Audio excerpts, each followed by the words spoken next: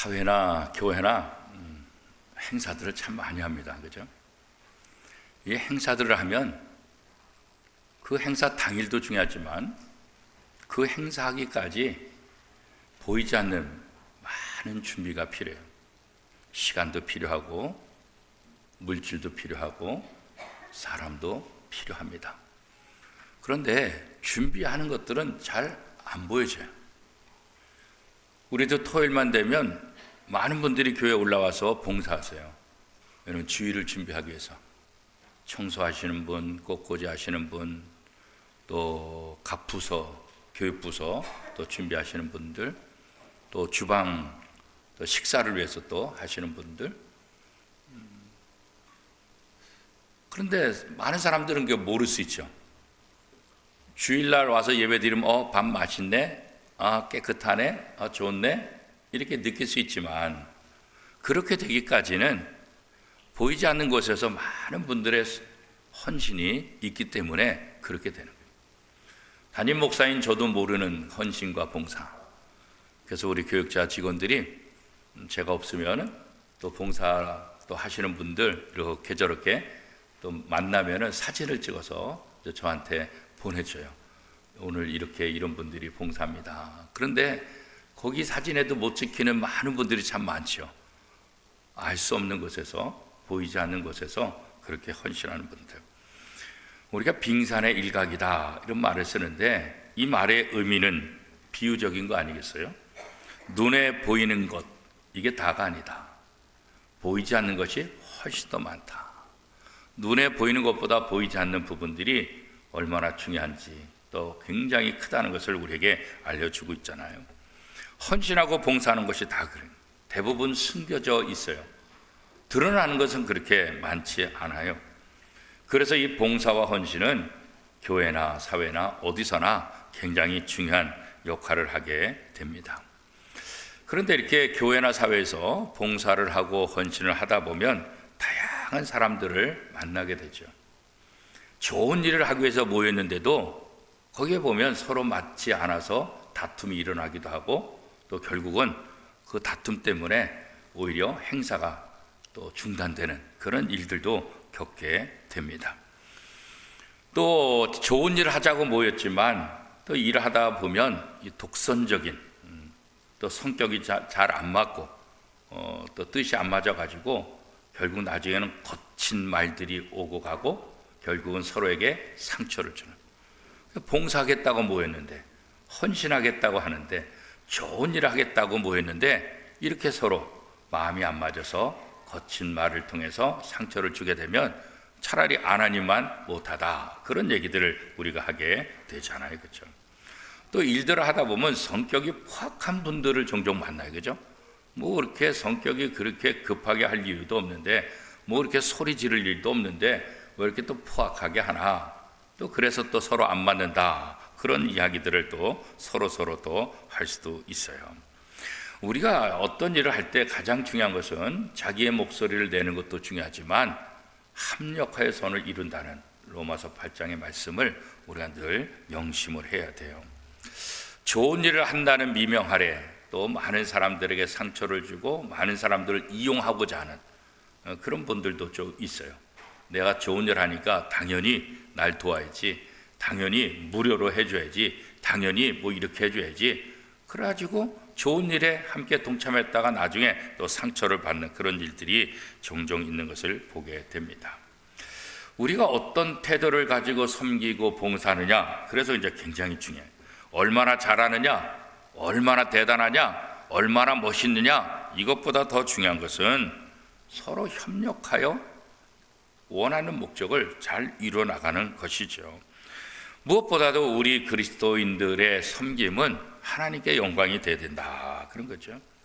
하나님께 영광이 돼야 되는데 오히려 봉사를 하다가 하나님의 마음을 아프게 할 경우도 있고 또 교회에 여러 가지 또 문제를 야기시키는 그런 경우도 많이 있잖아요.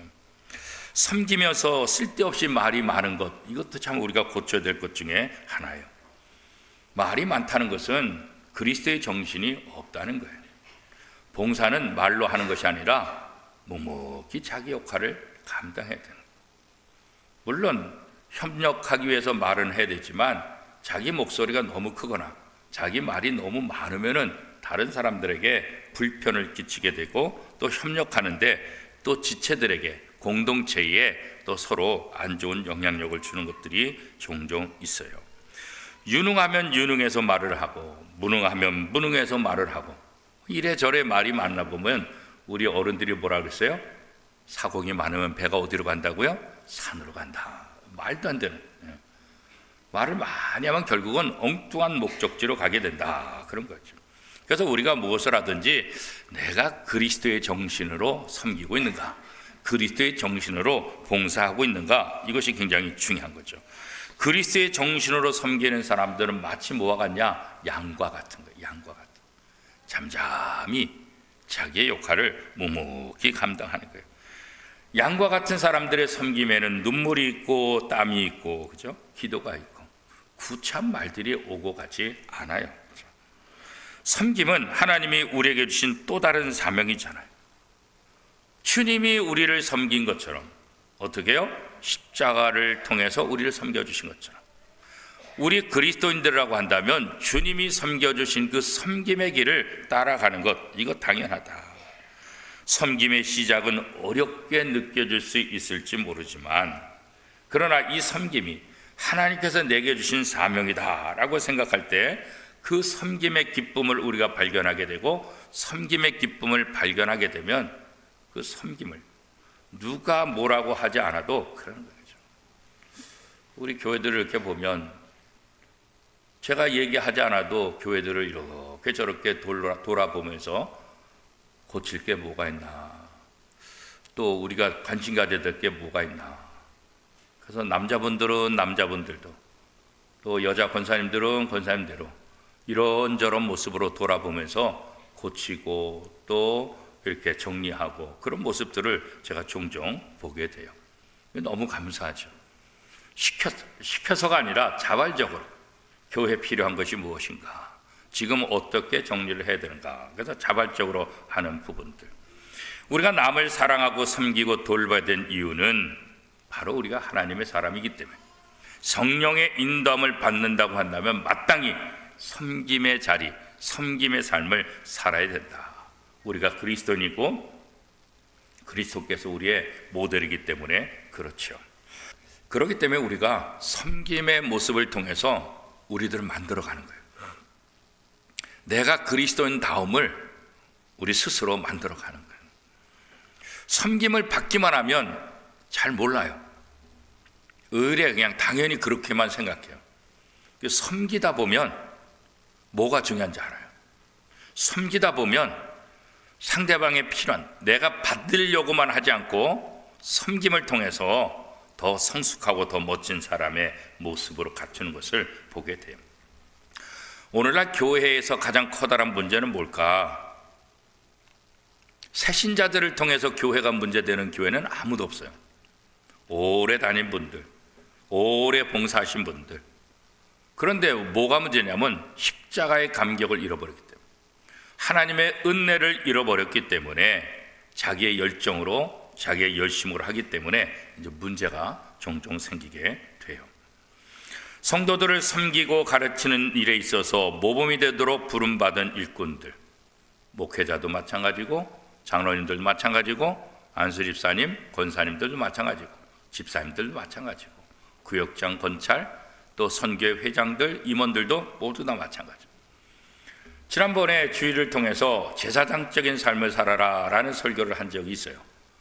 이 제사장은 이스라엘 백성들의 어른으로서 제사를 담당하는 사람만이 아니라 이스라엘 백성들이 어떻게 하나님을 섬기고 어떻게 하나님의 말씀에 순종하고 어떻게 하나님의 말씀대로 살아야 되느냐, 그 본을 보이는 역할을 해야 될 사람이 제사장이다, 그렇게 말씀을 드렸어요. 교회 안에도 바로 그런 모범된 분들이 참 많이 필요합니다. 그래야 새가족들이 어떻게 예배드리는지, 어떻게 교회를 섬기는지, 어떻게 봉사하는지 그런 것들을 알 수가 있기 때문에 그렇습니다. 교회를 위해 가장 많이 헌신하고 또 성도가 어떻게 살아야 하는지 본을 보여야 될 사람들, 그런 사람들이 많으면 많을수록 교회는 성숙한 교회 되고 성장할 수밖에 없을 것입니다.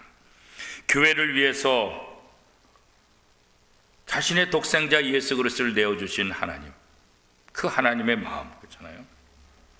오늘 본문에 보면 예수님께서 십자가를 지실 때 마지막까지 예수님 곁을 지킨 사람들의 이름이 기록되어 있습니다. 누구입니까?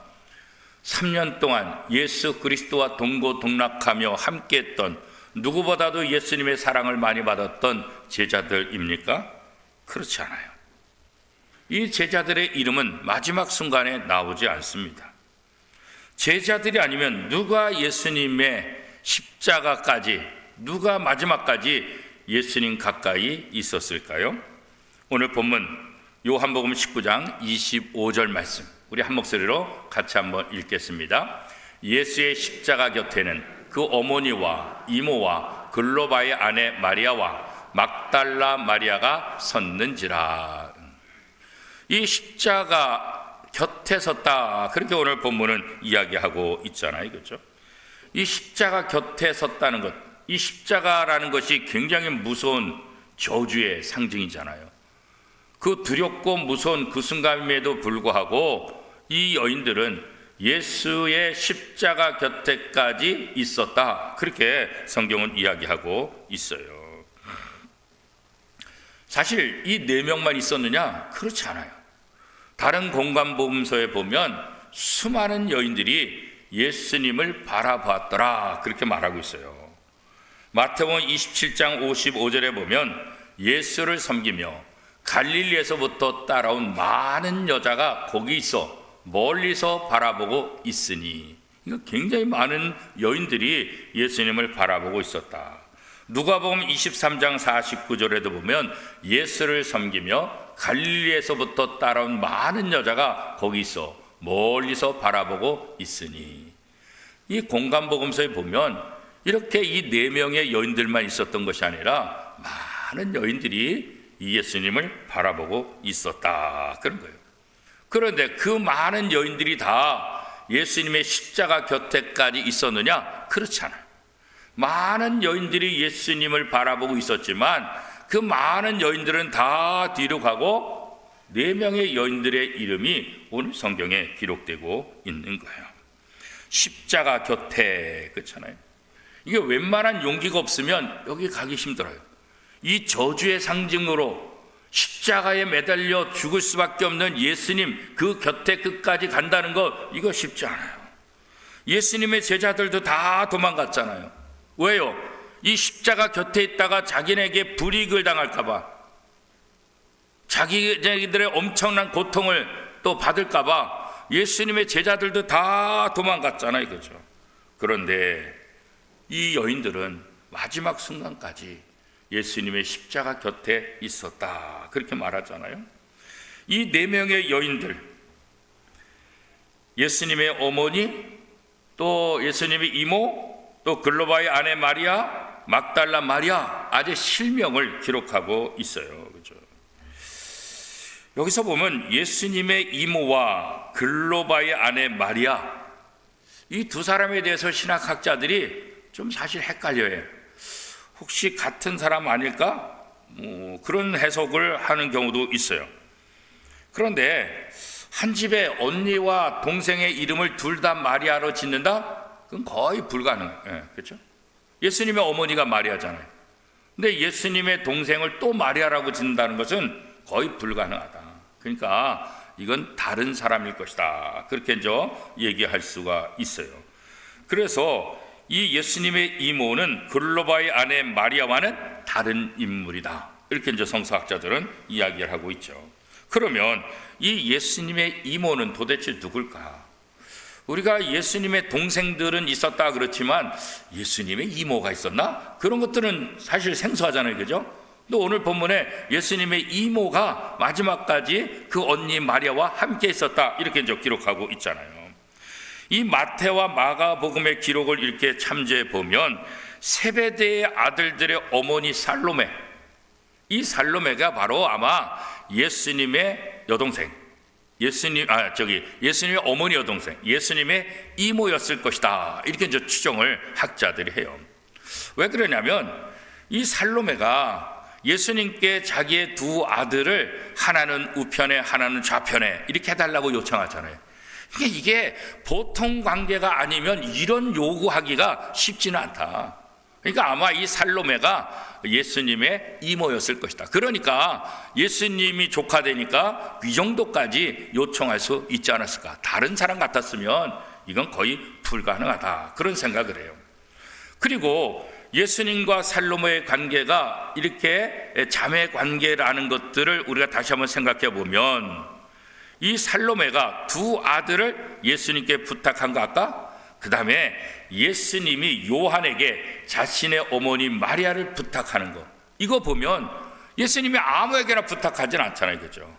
그런데 바로 이 이모이기 때문에 이렇게 부탁할 수 있었지 않았을까. 자신의 어머니를 이렇게 부탁하는 관계 보면 이모의 아들이니까 그렇게 내 어머니를 부탁한다 이렇게 했을 것이다. 그래서 신학자들을 보면 이 예수님의 이모가 살로메라고 만약에 추정을 하게 되면, 그럴 것이다 라고 하게 되면 여러 가지 본문에 있어서 난제들이 해결이 다 된다. 그래서 아마 이 살로메가 예수님의 이모였을 것이다. 이렇게 신학학자들은 그렇게 이야기를 해요. 그런데 요한은, 지금 우리가 요한복음을 본문으로 이렇게 보고 있잖아요. 이 살로메라는 이 이름 요한복음에 나오지 않잖아요, 그죠? 그러면 차라리 마리아와 살로메 이렇게 얘기하면 좋은데 마리아와 또 이모 그렇게 얘기하잖아요. 그러니까 요한은 다른 복음, 특별히 마가복음에는 이 살로메가 기록되어 있는데 요한은 살로메라는 이름을 거의 쓰지 않고 있다는 거예요. 그냥 이모라는, 그렇게 표현하지 살로메라는 이름을 쓰고 있지 않아요. 그리고 어느 곳에도 예수님의 어머니 마리아를 예수님의 어머니라는 명칭 외에 마리아 이렇게 부른 적도 없어요. 그러니까 예수님의 어머니도 마리아 이렇게 하면 되는데 예수님의 어머니 또 그의 이모 이런 표현을 요한은 쓰고 있다, 그렇게 얘기를 하고 있어요. 이 막달라 마리아는 누굴까? 갈릴리 서쪽 마을의 이름이 망대라는 뜻의 히브리어 막말, 여기서 막달라, 이 막말의 마리아다, 그 지명을 따가지고, 그죠? 나사렛 예수다 이렇게 얘기하는 것처럼 이 막말의 마리아다. 마리아는 이름이 워낙 많으니까 예수님 당시에 예수님이라는 이름도 무지 많거든요. 그래서 나사렛에 사는 예수 그렇게 말해요. 요한이라는 도 굉장히 많거든요. 그래서 세례 요한, 이건 뭐예요? 예수님에게 세례를 준 요한이다. 이렇게 뭔가 설명을 붙여야만 이제 구별이 되니까. 왜냐하면 좋은 이름을 많이 쓰니까. 우리나라는 그렇잖아요. 여러분 이름을 갖다가 인터넷에 치면 나라와 똑같은 이름이 얼마나 많아요, 그죠? 저도 종종 인터넷에다 김승민 하고 딱 치니까 뭐 가수도 있고 뭐 운동선수도 있고 뭐 다양하게 나오더라고요. 그래서 내 이름을 가진 사람이 이 정도가 있구나 그렇게 이제 생각하는데, 옛날에도 마찬가지예요. 그래서 그 사람의 지명을 따라서 그렇게 이제 얘기를 하는데, 이 막달라 마리아도 바로 그런 막달이라는 동네에 태어난 마리아다. 이래서 이제 그렇게 얘기를 할 수 있고, 이 여인은 누가복음 8장에 보면 예수님께 치유를 받은 이후에 예수님을 따라다니면서 예수님을 섬겼던 여인 중에 한 사람이었다. 이렇게 이제 볼 수가 있어요. 자, 이렇게 수많은 사람들이 예수의 도움을 받았잖아요. 예수님을 따라다니면서 병도 고쳤고 또 문제들도 해결하고, 특별히 제자들은 얼마나 우쭐댔어요. 얼마나 어깨에 힘을 주고 다녔어요, 그죠? 근데 예수님의 죽음 마지막 순간까지 남은 사람은 다 떠나고 성경은 이 4명의 여인이다 이렇게 기록하고 있는 거예요. 우리가 마지막이 중요하다 그런 얘기 많이 하잖아요, 그죠? 마지막이 중요하다. 마지막에 남기는 말, 그걸 우리는 뭐라 그래요? 유언이다 그러잖아요, 마지막 날. 그래서 아무리 불효자라도 유언은 지킨다고요. 이 마지막 말, 유언은 그 사람의 모든 것을 함축해서 하는 말이에요, 그죠? 유언은 그 사람의 삶을 얘기하는 거예요, 그죠? 그래서 불효자라도 유언은 반드시 지킨다. 평상시에 내가 불효하더라도 어머니의, 아버지의 이 마지막 말은 내가 지켜드린다. 그래서 유언을 지키려고 한다고요. 거기에 진심이 담겨 있고, 거기에 진실이 담겨 있고, 거기에 진짜 간절한 소원이 담겨져 있기 때문에 그렇죠. 예수님도 십자가 위에서 마지막 말씀을 하시잖아요. 가상칠언, 그죠? 그래서 이 가상칠언이 얼마나 중요한 것인가 우리가 너무나 잘 알고 있잖아요. 우리 말에도 보면 마지막에 웃는 자가 승리자다. 그래서 마지막에 웃는 자. 초반에 아무리 그래서 이 노름판에 화터 치는 사람 뭐라 그래요? 예? 이경서 시사님, 화터 치는 사람들 뭐라 그래요? 처음에 잘 되는 사람 뭐라 그래요? 예, 뭐 첫 끝발이 개끝발이다 뭐 그런 얘기 하잖아요, 그죠? 처음에 잘 되는 거 아무 소용이 없어, 그죠? 마지막에 웃는 자가 이 승리자지. 처음에 아무리. 그래서 마지막이 굉장히 중요해요. 마지막을 어떻게 마무리하느냐. 지금까지 잘했다 할지라도 제자들은 마지막에 예수님을 저주하고 예수님을 버리고 다 떠나. 아무도 주목받지 못하는, 아무에게도 드러나지 않는 이 여인들은 마지막 순간까지 예수님을 지켰던 사람으로 기록하고 있다. 이 여인들은 목숨이 두 개라서 그럴까요? 이 여인들은 목숨이 하찮아서 그럴까요? 그렇지 않죠. 왜 두렵지 않겠어요? 그 십자가가 저주의 상징이라는 거 아는데 왜 두렵지 않겠어요? 지금 예수님이 십자가에 못 박혔는데 이들이라고 위험하지 않겠어요? 베드로를 향해서 저 사람도 예수와 함께 했던 사람이야 했던 것처럼 저 여자들도 예수와 함께 늘 따라갔던 사람이야 이렇게 말하지 않겠어요? 그죠? 왜 두려움이 없겠어요? 그러나 주님이 내게 베푸신 사랑, 주님한테 받은 그 은혜가 너무나 크기 때문에 마지막 순간까지 이 여인들은 예수 그리스도의 십자가 곁에서 있었다. 오늘 성경 그렇게 이야기를 하고 있는 거예요. 베드로가 평상시 아주 큰 소리를 쳤죠. 어떻게 큰 소리를 쳤어요? 마태복음 26장 33절에 보면 베드로가 대답하여 이르되 모두 주를 버릴지라도 나는 결코 버리지 않겠나이다. 얼마나 큰 소리를 쳤어요. 그죠? 왜? 내가 그래도 수제자인데, 그죠? 내가 수제자인데. 예수님 걱정하지 마세요. 모든 사람이 다 예수님을 버리고 가도 제가 있습니다. 저만 믿으세요. 저 보시고 마음 든든히 잡수세요. 이게 큰 소리 쳤다고.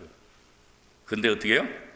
정말 예수님을 부인하고 예수님을 저주하고 그렇잖아요. 그렇죠? 우리가 큰 소리 치는 거 중요하죠. 그러나 큰 소리만 쳐서는 안 된다고. 큰 소리 쳤으면 거기에 합당한 삶을 살아야 되잖아요. 그렇죠? 마지막까지 예수님과 함께 했던 사람, 이들이야말로 가장 위대한 신앙인의 모습이에요. 교회에서 봉사를 하고 행사를 할 때 처음에는 많은 사람들이 함께해요. 시간이 지나면 조금씩 빠져요. 그리고 다 끝나고 나면 거의 없어. 다 물론 처음에 함께 해주는 것도 고맙고 중간까지 함께 해주는 것도 참 감사하죠.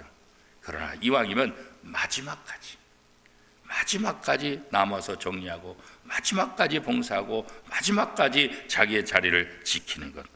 오늘 오여전도회가 헌신 예배를 드린데 오늘 성경에 나와 있는 예수님의 십자가 곁에 끝까지 마지막까지 그 자리를 지켰던 여인들처럼 우리 오여전도회가 우리 교회를 사랑하고 주님을 사랑하고 하나님을 사랑하는 데 있어서 마지막까지 그 자리를 지키는 그런 여전도회가 될 수 있기를 축복합니다.